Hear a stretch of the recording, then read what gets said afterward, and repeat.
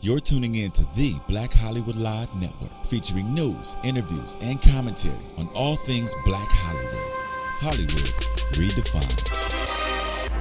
From Los Angeles, California, presented by Maria Menounos and streaming live thanks to Akamai Technologies. This is Black Hollywood Live, Geek.Nerd.Tech, featuring a weekly roundup of tech news and gossip.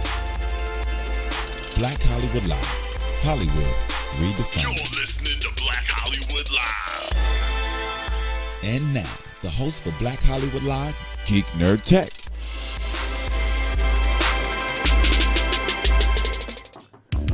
Oh, yep. Welcome to Geek.Nerd.Tech. This is the show where we bring you geek news and nerd culture from a black perspective. I'm Joe Braswell. I'm joined as always by my man Achilles Shine. How you doing, sir, man? Doing pretty good, man. Glad to be in here doing the show. Yep. How about yourself, man? How was the week? The week was fantastic. I'm doing very well. I'm feeling good. Feeling good, feeling great. I'm feeling good, feeling great. Yes, sir. I love that EPMD beat. That I used to let that run all day. Man, every time I listen to it, it brings me back. Yeah, it brings me back. We got Steve Lemieux in the booth. I think we have Steve Lemieux in the booth. Yeah, you do. Okay, there we go.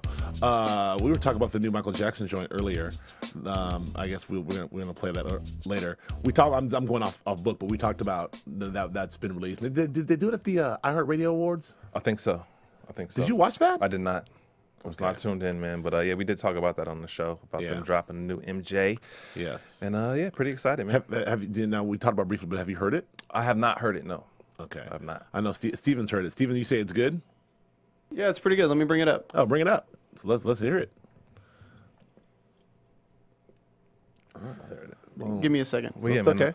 Go ahead. I'm just saying, I'm hoping that, you know what I'm saying, like we talked about on the show a few weeks ago, that it does Michael Jackson in a good light, you know what I'm saying? Because, the last album, it wasn't, in my opinion, it wasn't that favorable to him and his legacy.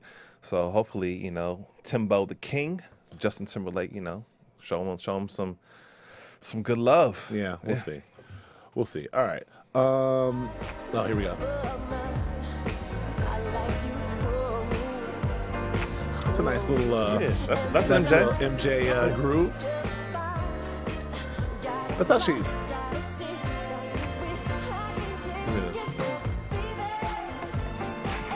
Oh, that's good. Man, that's in the vein. That's in the vein. That's in the zone. Yeah.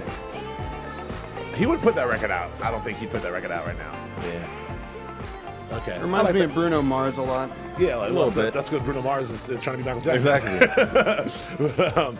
But yeah, that's a good old-fashioned, old-school Michael Jackson, Quincy Jones arrangement from the off-the-wall Thriller days, mostly off-the-wall-ish.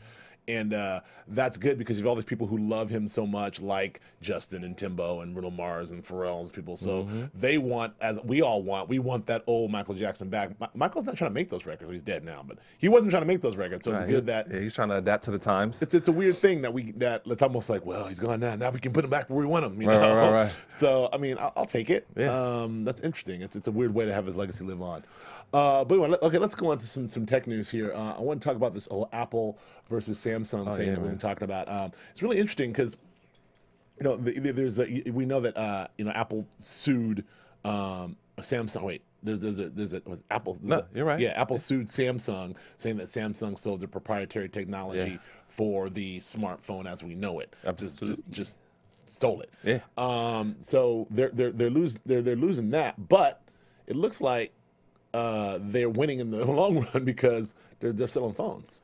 I mean, I don't know if they're losing that. Like, I think they might actually win the case. You know what I'm saying? It's being dragged out obviously in court, but I mean, they're suing them for $2.2 billion. Like, they're saying Samsung stole some of, like you said, the proprietary things that were found on the iPhone and iPad, like the screen lock, the universal searching, the word correction, and like, I mean, before Steve Jobs passed away, it was like kind of like in his mandate, like, go after Google, go after Samsung, like create like a holy war against these guys. And so I think this is a part of that that process, you know what I'm saying, to play this battle out in court. So yeah, man. What's your take? You think that, Apple's gonna stand victorious? You think Samsung's going to put up the white flag? Like, Well, Apple's not going anywhere. Apple shares are surprisingly up. They're up. They had a surprisingly good quarter. People weren't projecting they weren't going to have such a good quarter. They didn't sell that many iPads as projected, but they sold a crap load of iPhones. Yeah. Like way more iPhones than they thought they were going to sell. So people are still happy. I mean, the shareholders are happy, and Tim Cook has, he's been teasing this whole notion of what's going to happen on the TV front. I mean, on the next big announcement. Right. First, we thought it was going to be wearables, going to be some sort of watch, Apple Watch, which may happen still. But they've just been dropping these hints that it's going to be something television related, and frankly, he made it very clear that the Apple TV is no longer a hobby. Yeah. First, it was kind of a hobby, but Apple TV has done over $1 billion. So they sold 20 million units. It's $1 billion in sales, and as something they really kind of weren't really focused on. Yeah. So now I think that the focus is going to shift to that, because not only is that just hardcore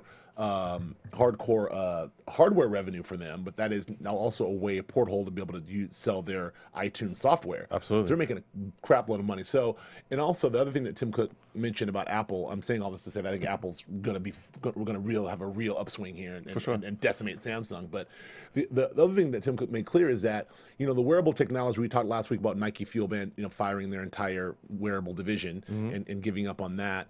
But Apple may not, and Samsung, their wearable technology was flat, and that was down, even though they're in the second generation of watches. What Tim Cook is saying, that we didn't invent the MP3 player, but we made it better. We didn't invent a lot of these things; we made it better. Of course, I think that was kind of a hint to the wearable thing. I mean, if they come up with some fly wearable watch, the iWatch, which is and then make it better, of course, who knows?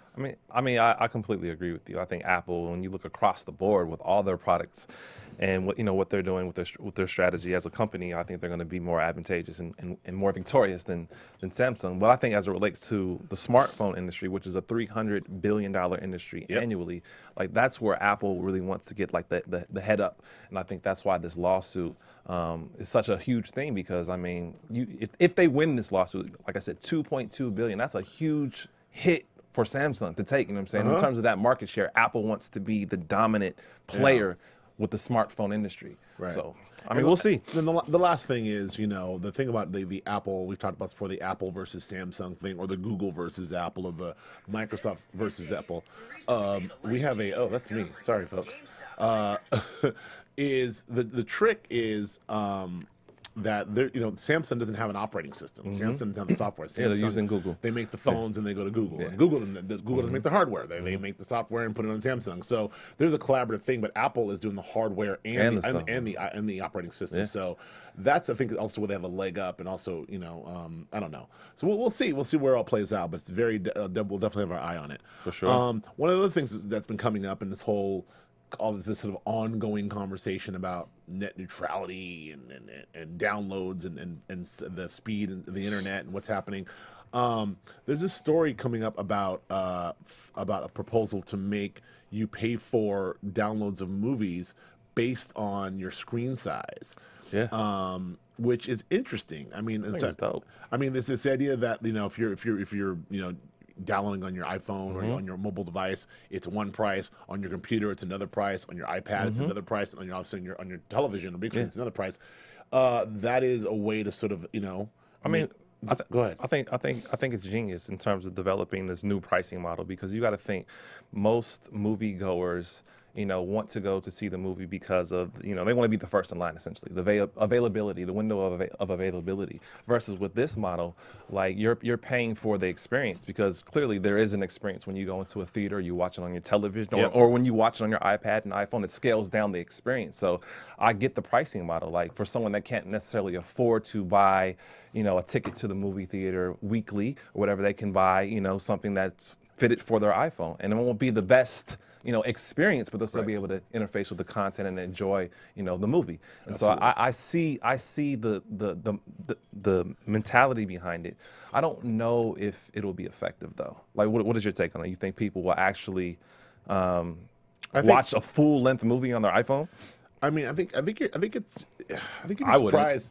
I do.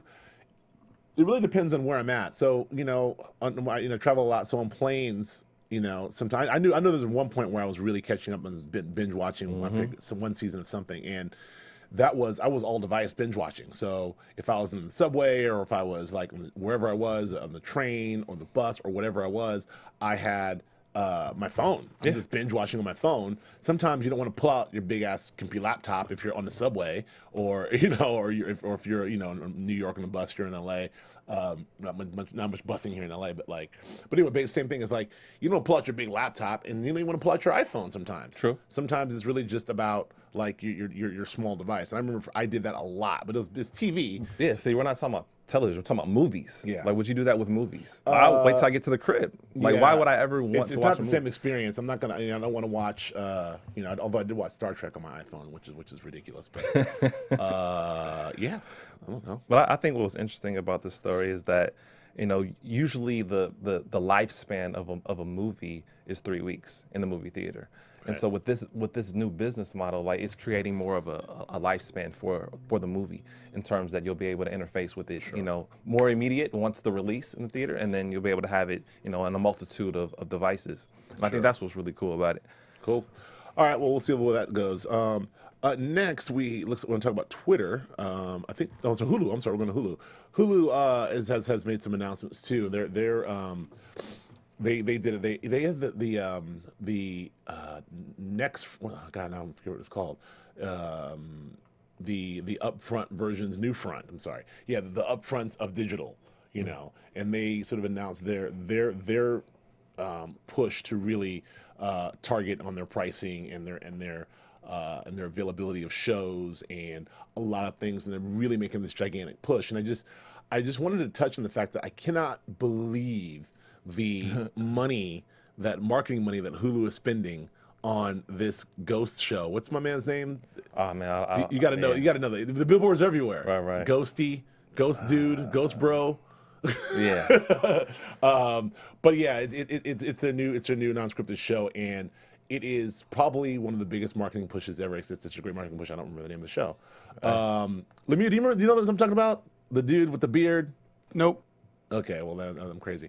Anyway, they have a new non-scripted show that is out, and they're spending millions and millions in this marketing campaign, and it just speaks to their commitment to be heard in the world of Netflix and Amazon. Hulu, who was first, is sort of saying like we're not going away. And it's just very interesting to me that like if you're here in LA, you can see the sides of skyscrapers, you see bus backs, you see tour buses, all with this new show, and it is probably the biggest promotion push. I mean, over I've seen this show more than I've seen Captain America. Wow. Walking around, so they're serious about this. I don't know. Do you use Hulu at all? I mean, I don't use Hulu. I'm more of a Netflix guy.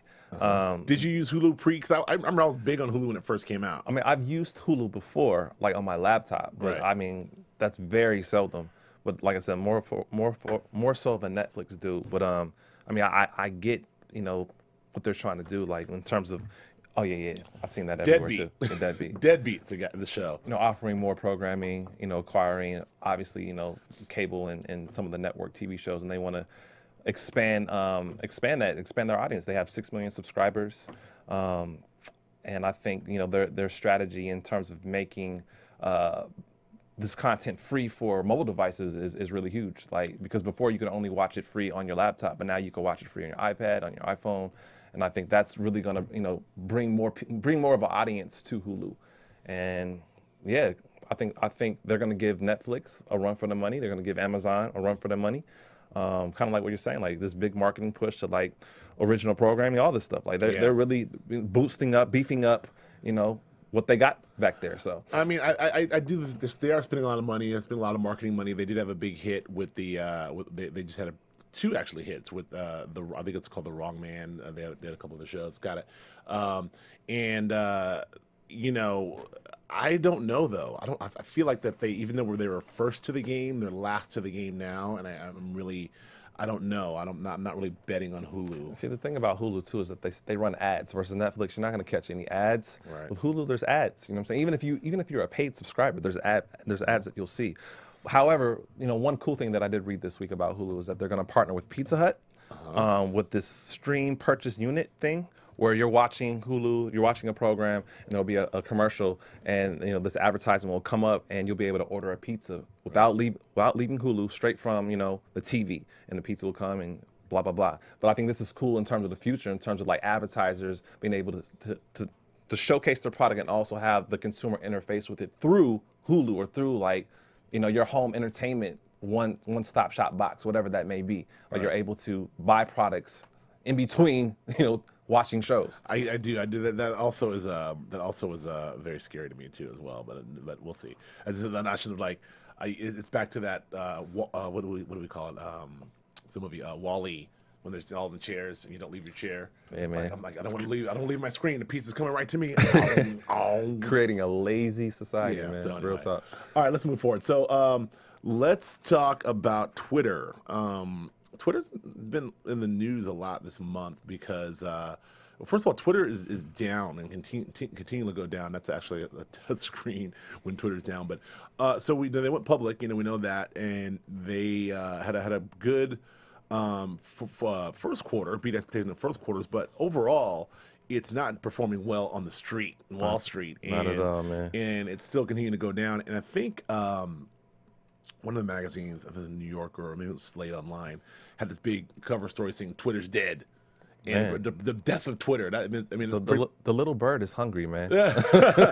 And I still use Twitter quite a bit, and maybe I'm old. I still use Twitter quite a bit for my news, and I'm on it a lot, obviously, for this stuff. But the average person, the average user, it's always about where the kids are at, right? It's always about where the kids are at. And the kids are not really on Twitter anymore. The kids are on WhatsApp. The kids are on Snapchat, and Snapchat's really rolled out some cool new things lately. Snapchat made a huge push to do some cool things. And I don't know. In fact, I would say that a lot of my friends are really doing live. I'm getting more and more Snapchat activity than I used to have. So I mean, Facebook is but we say this every week. Facebook's dead. Twitter's dead. I mean, what do you make of this? I mean, okay, so like you already spoke on, Twitter dropping the IPO, last year or whatever. Like the growth hasn't been too expansive. They're only 255 million users. They're behind LinkedIn, which is a niche service. Like Facebook has 1 billion users. Like they're, in terms of market share, they're not really doing that much. And the growth is not expansive. It's not quick. And you would expect it to be much more rapid than what it has been. And I think it's because, I mean, number one, how does Twitter make money? It makes money by selling ads. It makes money by selling information to other companies, fire hosing to other companies, and it makes money through their services. And I don't think there's not enough user base and people that are really taking advantage of that. And I think, to be honest, I think a company like Google or Facebook is going to buy Twitter. I think it's going to be like an add-on to one of these bigger companies in the future. I don't think Twitter has a longevity to be able to go against these big titans. I don't see Twitter as a titan at all. Well, Twitter is a titan right now, but how? It's not making money. Yeah, it's true. And now that doesn't happen. But I'm talking about just culturally, and we talked about this all the time about how much Twitter and the language of Twitter and hashtags now, and they're so much embedded in our cultural lexicon. I meant financially though. Yeah, well, it has no financial force. Yeah, there's no real way to continue. There's no real way to really make. They haven't really cracked the code on how you make money on Twitter. Like how you deliver ads, how you it's tricky. Something socially, culturally infused will blow up on Twitter. Yeah, you'll get a gazillion tweets, but how does that turn into a coin? Yeah. You know what I mean? Well, some marketing genius will figure that out. That's been making up for the last 8 years. I mean, some marketing genius will figure it out. But you haven't figured it out yet, Akili. I was really hoping that marketing genius would be you. Seriously, right? We could use the money. All right, so let's move on to the nerd culture section. Get through all this. Marvel has announced the death of Wolverine. Who? This is kind of like this. This is one of those kind of worst kept secrets around. This is one of those things where, Wolverine is a character. If you're familiar with Wolverine, the character, he is almost immortal. I mean, he's got this antimonium skeleton fused to his skeleton. What's that word? Antimonium. Man, you dropping knowledge. Dropping Marvel Universe knowledge, son. It's fused to his own skeleton, and he has the power to regenerate. So not only can he regenerate when he gets shot or stabbed or whatever else, but his skeleton is made of impenetrable material. And I got two words: impenetrable antimonium.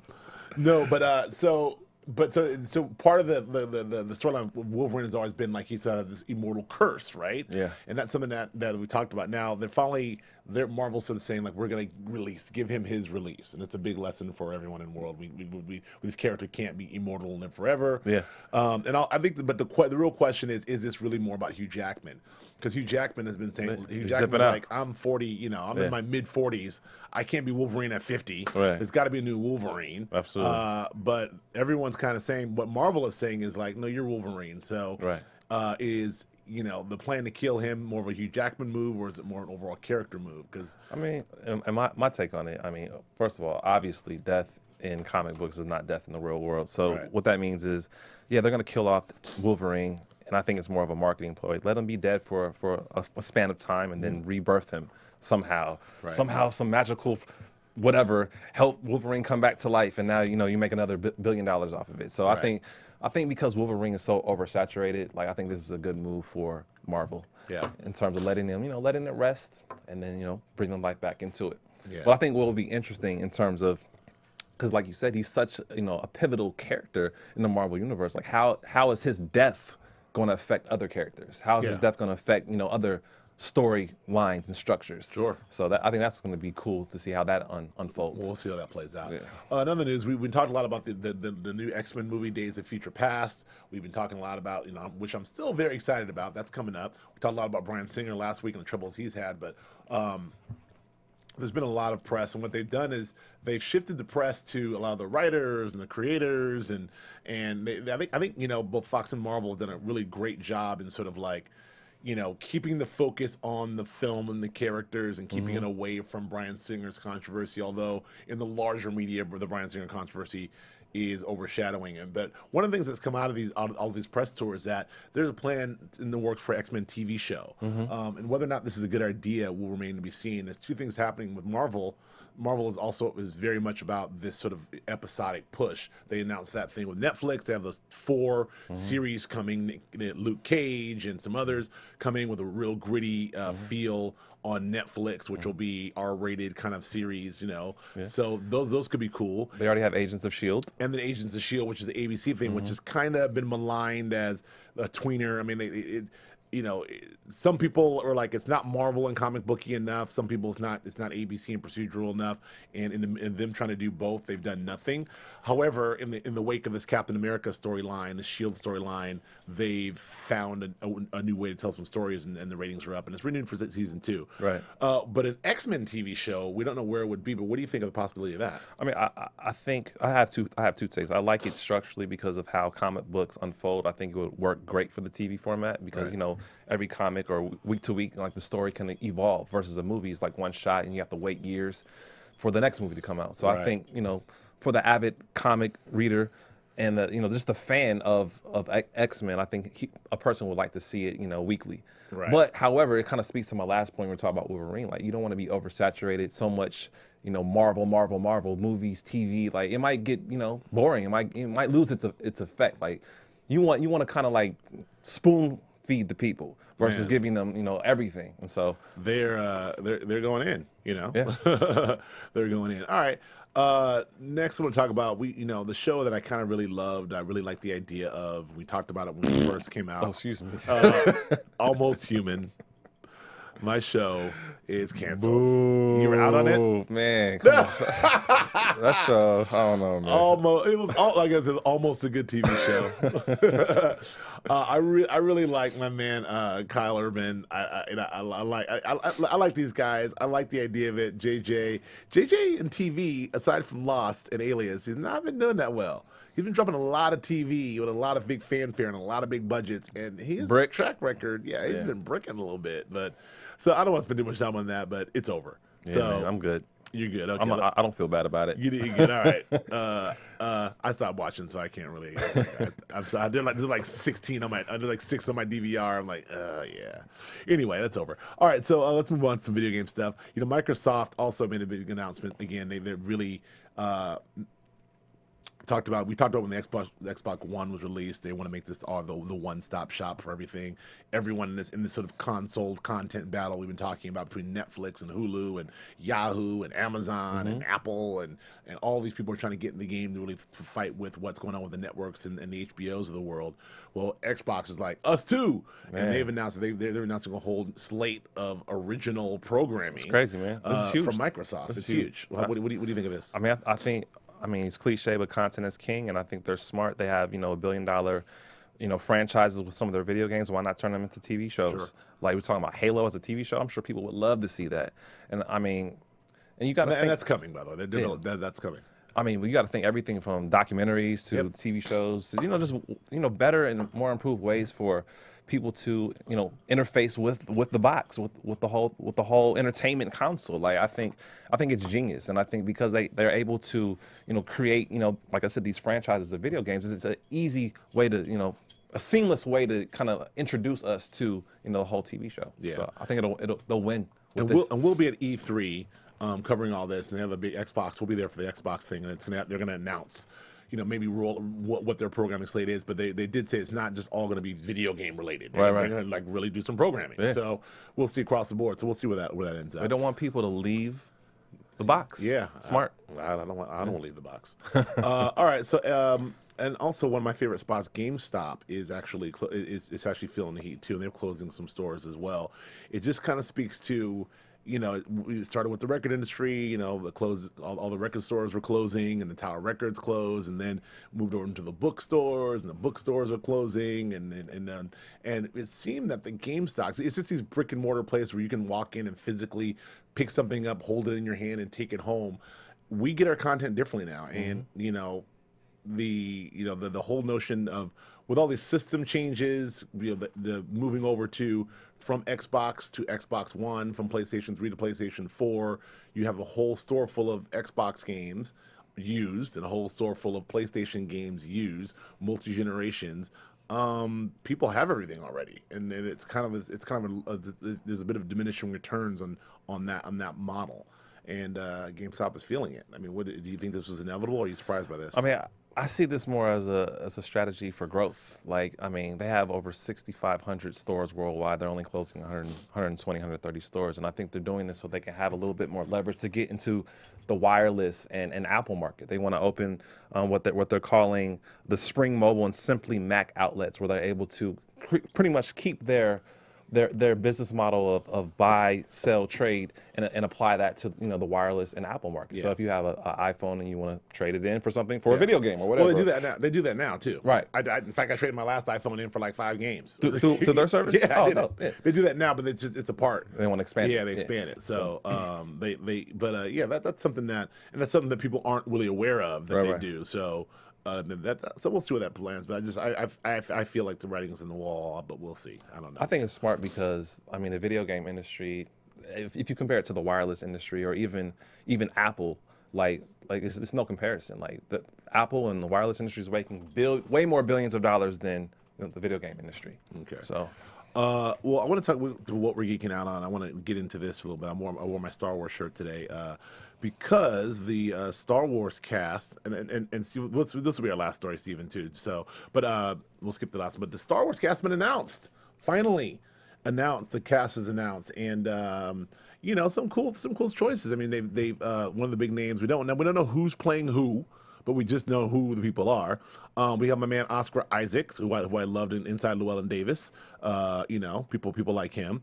The great Max von Sydow, he's here. We already know about Adam Driver from Girls, and I think he's playing the Sith Lord, somebody dark, the villain, and he's great. Dumbin Hall Gleason is this Irish cat. Of course, we already knew the announcement of all the old people: Harrison Ford and Carrie Fisher and Mark Hamill and Anthony Daniels and Kenny Baker and what's my name? Chewbacca's name. I can't even remember his name. Anyway, I'll think of it in a second. But how could I forget? John Boyega, the brother. He's the British cat, so he's doing something too. So he's gonna play Lando's son. I don't know who he's gonna play. But I'm excited about all this, and this is what you know. I talked to my guy Chris A over at my Lucasfilm contact, and this is kind of that thing where they're going to be giving us information, a little bit of information at a time. It's a strategy to keep the interest in this movie all the way up until, because we're a year out. Yeah, we're only a year away. Yeah. So 2015 summer is when this thing's going to drop. So, but there's a lot of backlash. Seems to be a lot of like media, backlash, especially from my old colleagues at Grantland. Alex Papademos and Wesley Morris went on a like 25-minute screed about like, and they're Star Wars fans, but just like, Star Wars was in 1977. Let it go, people. Let it go. It's over. Like, why are we still obsessing about this? And they went further to say that, like, Oscar Isaacs could do anything. Why would he do this to himself? There's a theory, at least among the Grantland folks, because I read and know them well, that these cool actors survive this. So when you are like for instance, like Ewan McGregor, as a young Obi-Wan Kenobi, he was the hottest young guy around. He did the Star Wars movies, and not that his career is over because he's still Ewan McGregor, but his career trajectory changed. Natalie Portman didn't seem to bother her well, but like there was a slight trajectory change. The question is, all these hot young guys like John Boyega and Oscar Isaacs, the people wonder about like, is this joining this thing a stink? I think it's, how could you say no to Star Wars? What do you have any thoughts on it? I mean, I don't know about any of all of that. I think it's a new audience. It's always going to be kids. You know what I'm saying? Like there's always going to be people that want to relive the 80s. So I mean that argument. In the 70s. In the 70s, you're right. And that argument is pretty weak to me. I mean, I think that with the old cast and the new cast and just new director, new life, new technology, like I think it's going to be explosive. I think it's going to be a winner. I think we're going to be surprised. I'm excited. They're filming now. Yeah. And like you said, almost a year out. We'll see what goes down. Yeah. I'm very excited as a Star Wars fan. As you can see, high expectations. I feel like they will be met. I'm not worried about it one bit. Boom, in and out. That was quick. I'm glad we made it through. Yeah. Akili, where can we find you, sir? You can find me on Instagram and Twitter at Akili Shine. What about yourself, man? You can find me on Instagram and Twitter at Joe K. Braswell. Thank you for joining us for Geek.Nerd.Tech. We will see you next week with more geek news and nerd culture and tech stuff. Thanks for joining us. We'll see you soon. From producers Maria Menounos, Dario Kristen, Tiana Hobson, Kevin Undergaro, and the entire BHL crew, we would like to thank you for supporting Black Hollywood Live, the first online broadcast network dedicated to African American entertainment. For questions and comments, contact us at info@blackhollywoodlive.com. Like us on Facebook, tweet us or Instagram us at BHL Online. And I'm your BHL announcer, Scipio. Instagram me at Planet Scipio. Thank you for tuning in. Hollywood Redefined. The views expressed here are those of the host only and do not necessarily reflect the views of BHL or its owners or principals. Thanks for watching Black Hollywood Live on YouTube. For more in-depth interviews and news, subscribe to our channel here and be sure to share your opinion in the comment section below here. See you soon, everyone. Bye.